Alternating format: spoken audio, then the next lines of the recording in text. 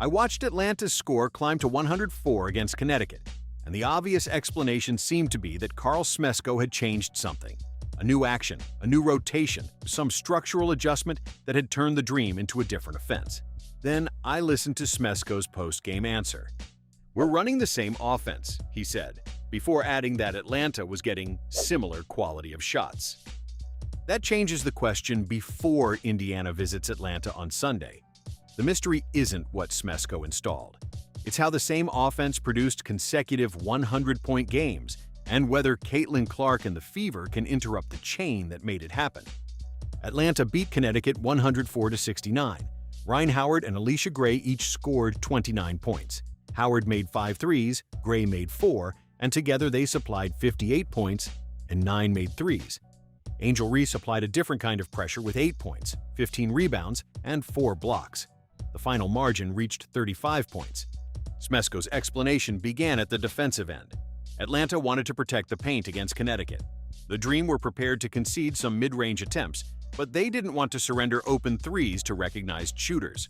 When a Connecticut player created an advantage toward the rim, Atlanta sent help. The plan wasn't flawless from the opening possession. Smesko acknowledged that Atlanta lost vision several times and fell a step behind. He also said the Dream were fortunate that Connecticut missed some layups. That admission separates the result from the mythology that usually forms around a 35-point win. Atlanta didn't execute every coverage perfectly. Connecticut entered the game at 8-24, and some early mistakes went unpunished. But Atlanta's positioning and help improved as the game continued. Those improvements produced misses. The Dream collected the rebounds, pushed the ball, and attacked before Connecticut could organize its half-court defense. Smesko described the advantage in plain terms. A team rebounding a miss can find better transition shots than a team forced to inbound after a made basket. That is the first link in Atlanta's scoring loop. Paint protection created contested attempts. Better positioning produced misses. Defensive rebounds opened transition, and transition created cleaner shots. Then the made shots changed the geometry of the next possession. When Howard and Gray began converting from outside, Connecticut's defenders had to travel farther toward the perimeter. Smesko said the players were in a better shooting rhythm, which forced the defense to spread. Once those defenders spread, Atlanta found more room to attack the paint. That is how same offense can be true while the result looks entirely different. A set doesn't need to change when the defense's response to it changes. One made three can pull a defender several feet from the lane. That closeout creates a driving gap. The drive forces help, and the help opens another pass. The system remains the same. The available space doesn't. The defense and offense can't be separated cleanly either. Atlanta's improved positioning created transition chances. Transition produced better looks. Made shots stretched Connecticut, and the stretched floor opened the paint. By the time I returned to that 104-point scoreboard, it no longer looked like evidence of a new playbook. It looked like the final reading from a connected pressure system. Indiana has already seen how wide Atlanta's offensive range can become. On June 4th, the Fever held the Dream to 71 points and won by 12. 2 weeks later, Atlanta scored 108 in Indianapolis and won by 7. On June 20th, the Dream scored a franchise record 113 and beat Indiana by 17 in Atlanta. Caitlin Clark scored 26 points with 7 assists in that third meeting, but Indiana still lost 113-96. 3 games produced 3 different versions of the matchup. Indiana proved it could suppress Atlanta's scoring. Atlanta then proved it could cross 100 twice against the same opponent. If you're trying to judge what Sunday will look like, the useful question isn't whether Atlanta will score 100 again. It is whether Indiana can break the sequence before Atlanta's shooting begins moving the defense. The first test is transition prevention. If Indiana's floor balance collapses after a miss or turnover, Howard and Gray can attack before the Fever establish their preferred matchups.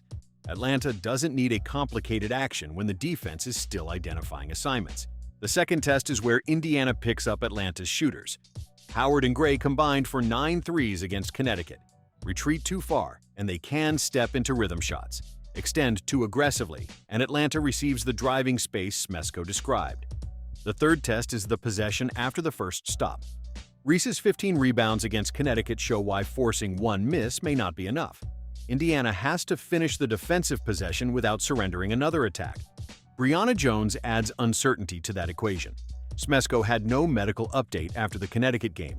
He said he hoped the issue was not serious, but Atlanta had only recently gotten Jones back. Her status must remain open until the team releases more information. Smesko also expressed confidence in Medina Okot if extended minutes become necessary, citing the size she provides against bigger posts and her defensive work against Connecticut. That uncertainty doesn't erase the mechanism Atlanta showed. The Dream's scoring run wasn't credited to one player or one newly invented set. It came from the interaction between shot-making, spacing, paint pressure, defense, and transition. Sunday carries a standings consequence as well. When Smesko spoke after the Connecticut win, Atlanta and Indiana were both 21-12. Atlanta sat 4th and Indiana 5th, with the league's tie-break procedure beginning with head-to-head record.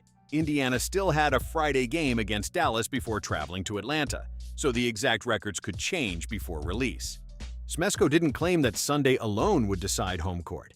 He said the league's teams were bunched within roughly 2 games, and that the teams playing best down the stretch would probably earn the chance to host a playoff series.